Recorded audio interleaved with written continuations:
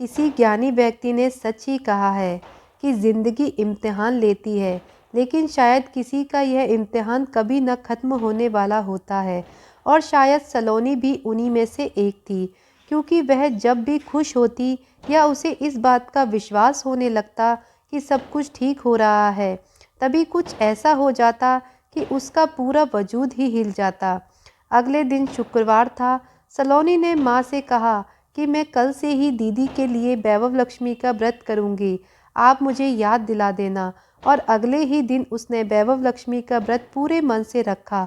और फिर अब तो उसकी भगवान शिव के साथ नाराज़गी भी दूर हो रही थी, और इस बार उसके विश्वास की भी जीत हुई। उसका अभी यह व्रत का तीसरा ही शुक्रवार था, और माता लक्ष्मी की कृपा से उसकी बहन के लिए पास के गांव से अच्छा रिश्ता आ गया, और लड़के वालों को रचना पसंद आ गई थी। पांडे परिवार को भी लड़का पसंद था। सभी इस रिश्ते से बहुत खुश थे, रचना दीदी भी। सलोनी के मन में वैभव लक्ष्मी के प्रति श्रद्धा और बढ़ गई। उसने माता रानी का धन्यवाद किया और कहा, आप बहुत अच्छे हो। आपने जानते हुए भी कि मैंने एक बार फिर से आप अपने स्वार्थ के लिए आपकी पूजा की है, आपने मेरी इच्छा पूरी कर दी, मेरी दीदी का अच्छे घर में रिश्ता कर दिया। आप बहुत अच्छे हो, आपका कोटि कोटि धन्यवाद। पर मैं भगवान शिव का स्थान आपको नहीं दे सकती। मैं आपसे झूठ नहीं बोलूँगी। और फिर वह अपने परिवार के साथ दीदी की शादी की तैयारी में लग गई। सलोनी बहुत खुश थी। घर में शादी की तैयारियां जोर जोर से चल रही थीं। सलोनी के दोनों बड़े भाई विजय और कर्ण हॉस्टल में पढ़ाई कर रहे थे। उन्हें शादी की सूचना दे दी गई थी, और सबसे बड़ा भाई अपने पिता पांडे जी के साथ शादी की तैयारी में हाथ बटा रहा था। घर में शादी के लिए खरीदारी शुरू हो गई थी। सभी लोग शादी की खरीदारी करने के लिए रोज कहीं ना कहीं जा रहे थे। सलोनी छोटी होने के कारण माँ ने उसे बोला कि वह घर पर ही रहकर घर की देखभाल करे। जब उसके लिए कपड़े खरीदेंगे तब उसे भी साथ ले चलेंगे। सलोनी अब समझदार हो गई थी, इसलिए उसने माँ की बात को एक ही बार में मान लिया, क्योंकि वह जानती थी कि घर पर भी किसी का रहना ज़रूरी है। माँ कपड़ों की खरीदारी के लिए गुप्ता आंटी को भी अपने साथ ले जाती थी, और गुप्ता अंकल भी पांडे जी के साथ शादी की तैयारी में उनके साथ दे रहे थे।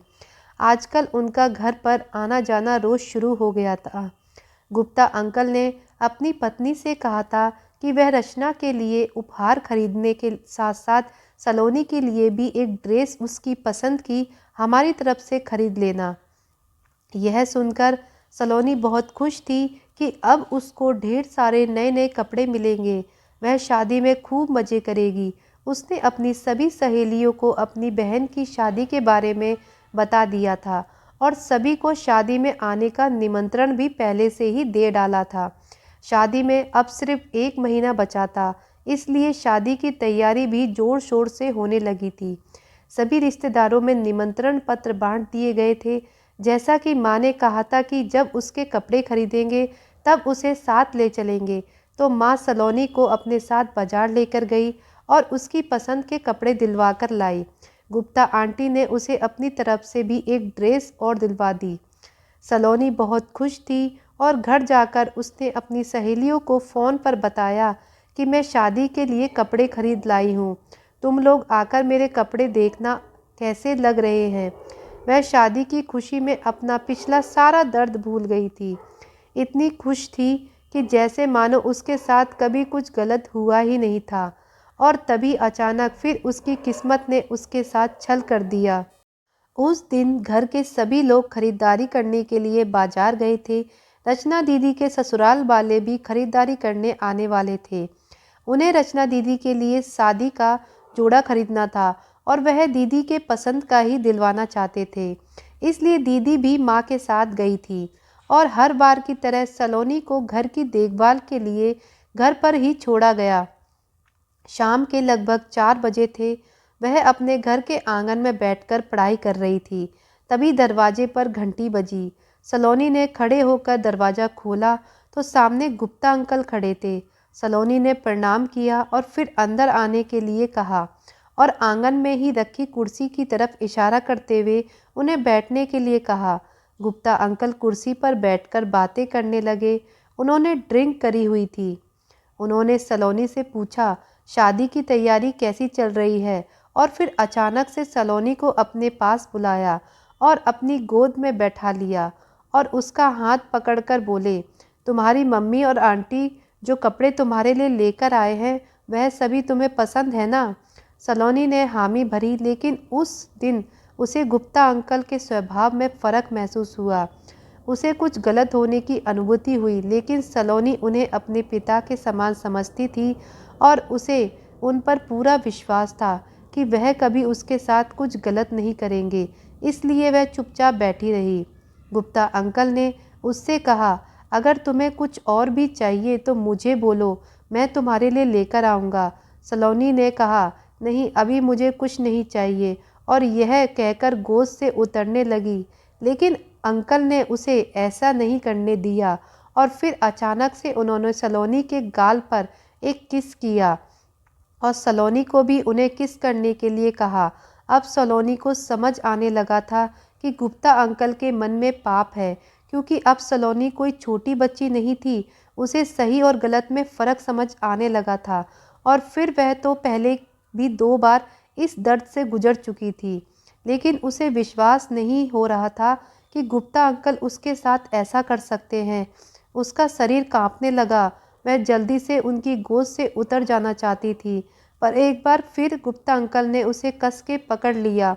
इस बार उन्होंने उसे अपने होठों को किस करने के लिए कहा। यह सुनते ही उसकी आंखों के आगे अंधेरा सा छा गया। एक पल के लिए उसने समझ में नहीं आया कि वह क्या करेगी, लेकिन दूसरे ही पल उसने खुद को संभाला और झटके से खड़ी हो गई और फिर अंकल को जोर से धक्का मारा। वह कुर्सी सहित जमीन पर गिर पड़े और सलोनी ने फुर्ती दिखाई और तुरंत दरवाज़ा खोलकर घर से बाहर भाग गई। गुप्ता अंकल ने उसे आवाज़ लगाई और कहा, अरे सलोनी, सुनो तो सही, वापस आ जाओ। पर सलोनी ने पीछे मुड़कर नहीं देखा और बाहर जाकर छुप गई, और कुछ देर बाद गुप्ता अंकल के जाते ही घर पर आकर दरवाज़ा अंदर से लगा लिया। उसका पूरा शरीर कांप रहा था। उसके दिल की धड़कन तेजी से चल रही थी, और यह सब आज किसी घबराहट या डर की वजह से नहीं था, बल्कि उसे बहुत तेज क्रोध आ रहा था। वह पूरी ताकत के साथ चीखने लगी। उसने अपने दोनों हाथों से अपने सर के बालों को खींचा और फिर दोनों हाथों से खुद को मारने लगी। उसको विश्वास ही नहीं हो रहा था कि गुप्ता अंकल उसके साथ इतना बड़ा विश्वासघात कर सकते हैं। वह तो उसे अपनी बेटी ही मानते थे, तो फिर कोई पिता अपनी संतान के साथ इतना गंदा काम कैसे कर सकता है? उस दिन उसका क्रोध चरम सीमा पर था। अगर भगवान भी उस दिन उसके सामने आ जाते तो शायद उसके क्रोध की अग्नि से जलकर भस्म हो जाते। सलोनी काफ़ी देर तक रोती रही और फिर अचानक से वह उठकर खड़ी हुई। उसने अपने आंसू पोंछे और कमरे से बाहर आ गई। वह तेजी से रसोई घर में गई और वहाँ माँ का बटुआ रखा था। उसमें से एक का सिक्का निकाला और अपने घर के मंदिर के सामने आकर खड़ी हो गई और भगवान शंकर की मूर्ति को गुस्से से देखा। बहुत जोर से चिल्लाई, आप किसी के जन्मदाता तो क्या, आप तो भगवान बनने के लायक भी नहीं हैं। मैंने बार बार आप पर भरोसा किया और आपने हर बार मेरा भरोसा तोड़ दिया। आप ही ने भेजा था ना गुप्ता अंकल को मेरी ज़िंदगी में। आप ही की वजह से मेरे मन में उनके प्रति सम्मान और प्यार जगा।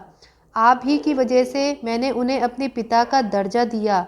आज मुझे गुप्ता अंकल पर नहीं बल्कि खुद पर घिन आ रही है, क्योंकि मैंने आप पर विश्वास करके उन्हें अपने पिता का दर्जा दिया था। क्योंकि मुझे तो ऐसा लगता था कि मेरे जीवन में जो भी होता है आपके ही आशीर्वाद से होता है, लेकिन यह मेरी गलती थी। क्योंकि सच तो यह है कि मेरे जीवन में कुछ अच्छा नहीं बल्कि जो भी बुरा होता है वह आपकी वजह से होता है, और सिर्फ मेरी ही नहीं बल्कि दुनिया की जितनी भी लड़कियों के साथ यह सब हुआ है और होता रहेगा, उनके सबके जिम्मेदार आप ही हैं। क्योंकि आप तो भगवान हैं ना। मैंने इस दुनिया में सबसे ज़्यादा विश्वास आप पर किया, आपको अपना जन्मदाता माना। मैंने आपसे निस्वार्थ प्रेम किया था, लेकिन आपने मेरे साथ विश्वासघात किया। वह जोर से चिल्लाई और बोली, लोग कहते हैं ना कि इस दुनिया में जो भी होता है सब भगवान की मर्जी से होता है, तो इसका मतलब इस दुनिया की जितनी भी बेटियों के साथ गलत हुआ है वह सब भी आपकी ही मर्जी से हुआ है ना।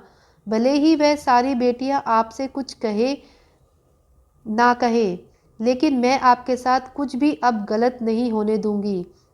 आप भगवान हो तो मैं भी अब आपकी ही बेटी हूँ। मैंने अभी तक आपसे सिर्फ प्यार किया, आप पर विश्वास किया, इसलिए आपको लगता है कि मैं आपके साथ कुछ नहीं करूँगी। तो सुन लीजिए, आज से मैं आपके साथ अपने सारे संबंध तोड़ती हूँ। मैं उस दुनिया में सबसे ज़्यादा आपसे प्यार करती थी ना, तो आज से सबसे ज़्यादा नफ़रत भी आपसे ही करूँगी। और तभी उसने अपने हाथ से सिक्का निकाल कर भगवान शंकर के चरणों में रख दिया। आप सोच रहे होंगे कि मैं ये क्या कर रही हूँ। मैं जानती हूँ आप मुझे देख भी रहे हैं और सुन भी रहे हैं। तो सुनो, आज तक आपने जो भी मेरे साथ होने दिया वह कोई पिता अपनी बेटी के साथ नहीं होने देता, बल्कि वह तो एक दलाल करता है कमाई करने के लिए।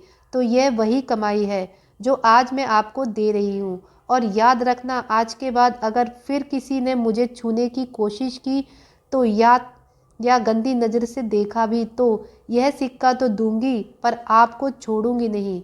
आज से आप अपने लिए मेरी नफ़रत और गुस्सा ही देखेंगे। क्या भगवान शंकर यह सब बातें सुनकर सलोनी की मदद करेंगे?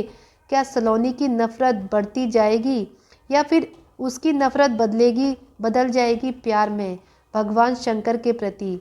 आगे की कहानी पढ़ने और सुनने और देखने के लिए हमारे चैनल पर बने रहिए। अगर आपको हमारी वीडियो अच्छी लगी हो तो वीडियो को लाइक, कमेंट और शेयर ज़रूर करें। धन्यवाद।